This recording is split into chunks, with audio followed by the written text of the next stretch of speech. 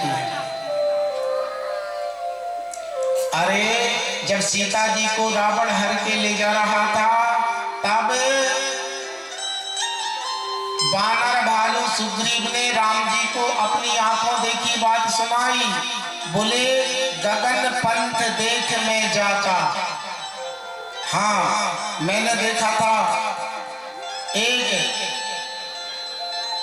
दुराचारी विदेशी घुसपैठिया एक भारत की कन्या का हरण करके ले जा रहा था। हाँ राम हाँ राम हाँ राम राम पुकारी, हम ही देख दीनहु पट डारी। पटियाने कुछ जेवर गिराए, हमको देखे। लखनलाल तो आग बबूला हो गए।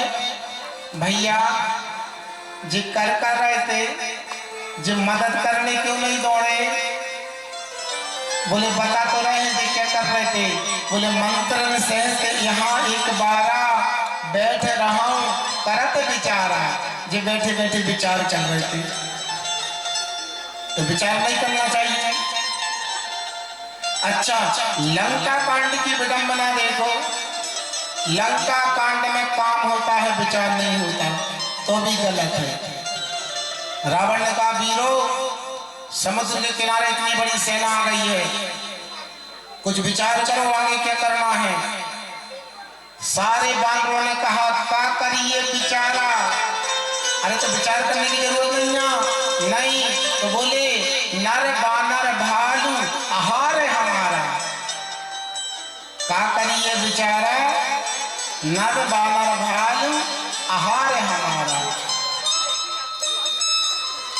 रावण का बेटा बैठा था प्रश्न। रावण के बेटे ने कहा खाने पीने में विचार नहीं करोगे?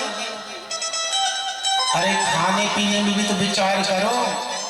बोले क्या करिए बेचारा, नर बानर भालू आहार हमारा, सबको काट काट के खा जाएंगे। अरे तो बोले विचार करो ना, क्या खाना चाहिए क्या नहीं खाना चाहिए। बोले वही तो सबसे बड़ा राक्षस, जो मिल जाए सो खा ले, उसी को तो सबसे बड़ा राक्षस बोलते हैं, जो मिल जाए। प्रश्न बैठा था रावण का बेटा, पिताजी जी जितने बैठे सब चाटुकार हैं, जी जितने बैठे चाटुकार हैं। जी कह रहे हैं क्या करिए बेचारा, नर बानर भालू आहार हमारा। हम इनसे पूछ रहे हैं कि आज के 10 दिन पहले एक बानर आया था जो पूरी लंका को फूंक के चला गया, और आज हजारों बानरों को जो खाने की बात कर रहे हैं, वो एक बानर पूरी लंका फूंक के चले गए, तब उस बानर को इन्होंने नहीं खाया। क्यों? तुम्हारा पेट खराब था उस समय, बदहजमी हो गई थी। इतने सारे बानरों को खाने की बात कर रहे हैं, एक बानर आया था जो पूरी लंका को जला के चला गया, तब तुम्हारा पेट खराब था। तो लंका कांड में काम होता है, विचार नहीं होता। क्या करिए बेचारा, नर बानर भालू आहार हमारा। और सुंदर कांड में विचार जी होता है। ब्रह्मास्त्र से सांदा कपि मन कीन विचार, तो हनुमान जी तुरंत छोटे बन गए। इसी प्रकार हम जीवन में छोटे बन जाएंगे, बन जाएंगे। अरे जो डाल झुकती है ना, उसी में तो फल लगते हैं कि नहीं? लेकिन संसार झुकना नहीं चाहता है, कोई नहीं चाहता झुकना। इसलिए जब तक आप झुकना नहीं सीखोगे, तब तक आपके यहाँ फल नहीं लगेंगे।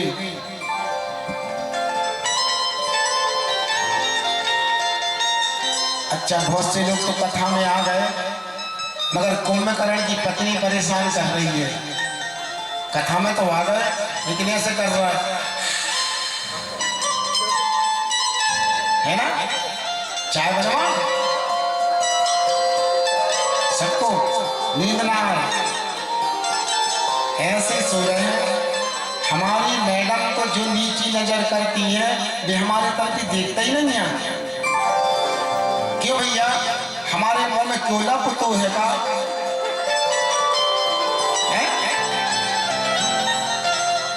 कम से कम एक बार माँ सामने से मना मत करी, पंडित जी कभी मत देखना मैडम, सही सही बताओ, पूछेगा जरूर। भाई जो नीचे नजर करते हैं ऊपर नजर, बाकी के देखो सब लोग कैसे आनंद से कथा सुन रहे हो भगवान की। नहीं सुनना चाहिए, जो माँ साहब कहे ना, जो तुम्हारे सिर बैठे हैं वो करो, वही तो विश्वास है और वही तो श्रद्धा है ना भाई। स्त्री के लिए कहा है ना कि एक ही धर्म एक व्रत नेमा, काय करम पति पद प्रेमा। प्रेम होना चाहिए जीवन में, और सबसे बड़ा स्वर्ग और सबसे बड़ा नरक यही है। हम तो ये जानते हैं जो पति पत्नी बड़े आनंद से रहते हैं, खुश से रहते हैं ना, तो वही तो सबसे बड़ा स्वर्ग है कि नहीं? आप लोग नहीं रहते क्या? मुंह नहीं हिला रहा, परेशानी है। देखो गुरु से छिपाना नहीं चाहिए और मोहल्ला वाले को बताना नहीं चाहिए। गुरु को बताओगे समाधान मिलेगा, मोहल्ला वाले को बताओगे बाजार में ताली बजा के उड़ाएगा। इसलिए गुरु की से मत छुपाना।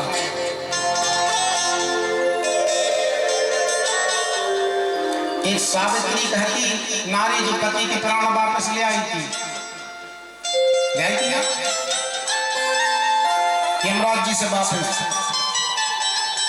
और आज के 50 साल बाद, अभी नहीं 50 साल बाद तुम देखना संसार की जब विडंबना बन जाएगी कि पत्नी यमराज जी के पास जाएंगी और अपने कान को उतार के देंगी रिश्वत में कि जो रख लो मगर एक आन मत देना। बहुत परेशान है, सही है ना? अभी नहीं 50 साल बाद तुम देखना संसार की ऐसी विडंबना हो जाएगी जब कलियुग पूरा प्रभाव ले। अभी तो सिर्फ पेपरमेंट बराबर है, कितना है? जीवन हमारा वही है कि जिसके घर में पति पत्नी में झगड़ा नहीं होता उसी के घर में लक्ष्मी का वास होता है, और जिसके घर में पति पत्नी में झगड़ा होता है वो लाख उपाय कर ले उसके घर में लक्ष्मी नहीं ठहर सकती।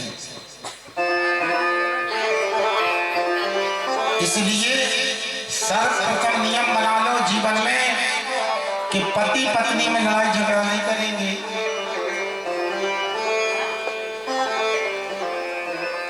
भाई हम अगर पति पत्नी घर में लड़ेंगे उसका प्रभाव बच्चे के ऊपर पड़ेगा। कौन के ऊपर? देखो, और उन भैया लोगों से भी बोलूंगा, जो भैया लोग अपनी पत्नी से लड़ते हैं तो ध्यान रखना तुम्हारे लड़के बच्चे सुन रहे हैं, तुम जो करोगे तुम्हारे बच्चे करने लगेंगे। इसलिए बच्चों के सामने नहीं, लेकिन एक बात ये भी ध्यान रखो, अगर तुम बच्चे के सामने दारू पी के आ रहे हो, वो बच्चा देख रहा है हमारा पापा दारू पी रहा है, जब वो बच्चा देखेगा तुम एक पौवा पी के आ रहे हो, तुम्हारा बेटा बड़ा हो जाएगा वो 2 पौवा पी के आएगा, क्योंकि तुम पी रहे हो ना। तुम जो करोगे तुम्हारे बच्चे करेंगे, तुम्हारे घर में संस्कार रहेंगे, तुम्हारे बच्चों में संस्कार रहेंगे। हम बार बार बताते हैं, माता शत्रु पिता बैरी, ये न पाठो बालिता। जो माता पिता अपने बच्चों को अच्छे संस्कार नहीं देते वे सबसे बड़े शत्रु हैं। एक माँ ने अपने बच्ची को पड़ोस में एक माता राम के यहाँ एक बहन के यहाँ शक्कर लेने के लिए पहुंचाया। जब बेटी शक्कर लेके आना तो दरवाजा खटखटाया, आंटी आंटी दरवाजा खोलो। बोले क्यों? बोले मम्मी ने एक कप चाय शक्कर मंगाई है, चीनी। अच्छा बच्चा, पूजा एक कप शक्कर दे दे बेटा, बैठ बेटा। और क्या कह रही थी मम्मी? और कुछ नहीं कह रही थी मम्मी। बोले बस सामने वाली भूतनी के घर चला जा, एक कप शक्कर लेके आ जा। वह भूतनी ना दे तो वह बाजू वाली चुड़ैल कहाँ से ले आना।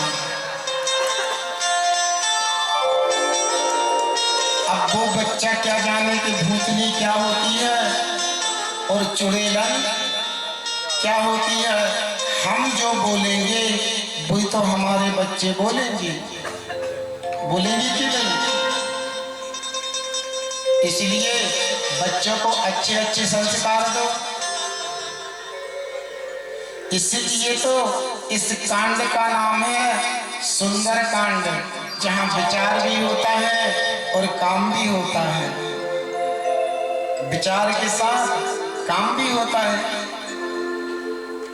भाई जहां एक सियाने से जाम बंत के वचन सुहाए, सुनी हनुमंत हृदय अति भाई। क्यों? उस कांड में एक बुजुर्ग ने सलाह दी है। कौन ने? बुजुर्ग ने। और जिस कार में जिसके घर में सियाने रहते हैं ना, वो घर जो है ना स्वर्ग बना रहता है। बुजुर्ग ने सलाह दी है। लेकिन आज के जो लड़के जे सियाने कहते हैं भैया हमने ऐसा ही बाल नहीं पका लिए, तो आज के लड़के कहते तुमने ऐसा कर लो का, तुमने 60 साल की उम्र में बाल पका है, हम तो 10 साल की उम्र में बाल पका के बैठे हैं।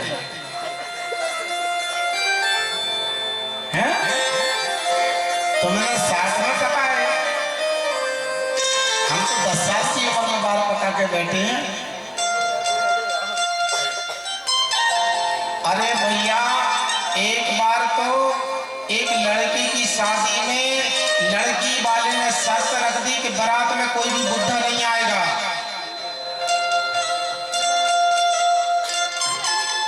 जब उस लड़की की शादी भई तो लड़का बड़ा खुश। सही बात। बोले जी बुढ़े बारात में जाके करेंगे क्या? शादी तो लड़कों की है, नाचना है, कूदना है। जी बुढ़े क्या करेंगे? सूचना फैला दी कि हमारे बेटी की शादी में कोई भी बुढ़ा नहीं जाएगा। कोई बुढ़ा तैयार नहीं हुआ शादी में जाने के लिए। लेकिन दूल्हा का नाना अड़ गया, मैं तो शादी में जाऊंगा। दूल्हा बोलो नाना, बारात लौट गए है। नाना के नाना मैं तो जे हूं। अब वो को नाम नाना ही है, वो तो हर बार नाना करता है। अरे नाना बारात लौट जे है। नाना के नहीं नाना मैं तो बारात में जे हूं। जिद पकड़ ली।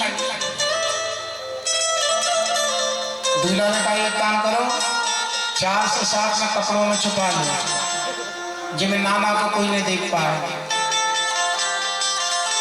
407 में नाना को कपड़ा में छुपा के बारात ले गए। बारात लगी, खूब नागिन डांस किया लड़कों ने। 12 बजे लड़की के दरवाजे पे बारात पहुंची।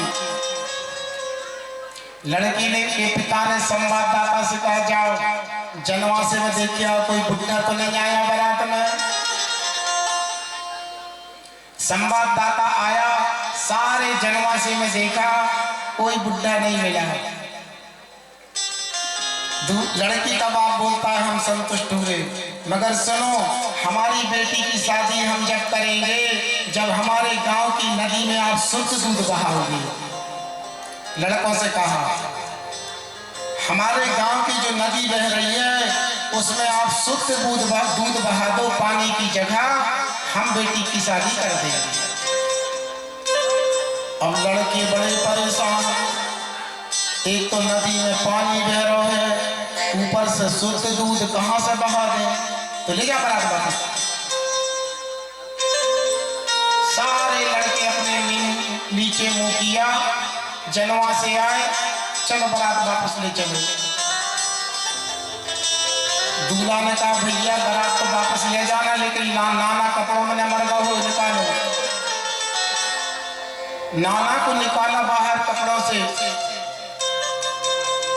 और बाहर जब कपड़ा से बाहर निकाल के लेके आए, नाना ने कहा बेटा हो गई शादी? नहीं नाना, बारात लौट गई। बोले क्यों? बोले लड़की के पिता ने शर्त रख दी है कि हमारे गांव में जो नदी बह रही है उस पानी की जगह उसमें शुद्ध दूध बहाओ। लड़के के नाना ने कहा बेटा छोटी सी बात है, जाओ लड़की के पिता से बोलना कि हमने दूध का इंतजाम कर लिया है, तुम नदी का पानी खाली करा दो। हमने दूध का इंतजाम कर लिया है, तुम नदी का पानी खाली करा दो। संवाददाता गया, लड़की के पिता से कहा कि उन लोगों ने खबर पहुंचाई है कि हमने दूध का इंतजाम कर लिया है, तुम नदी का पानी खाली करा दो। लड़की का पिता बोला जरूर कोई बुढ़ा बारात में आया है। लड़की का पिता बोला जरूर कोई बुढ़ा बारात में आया है। क्यों? जे होते हैं सियानों के दिमाग, जिसके घर में बुजुर्ग रहते हैं ना, उनकी कहीं से कहीं तक हाथ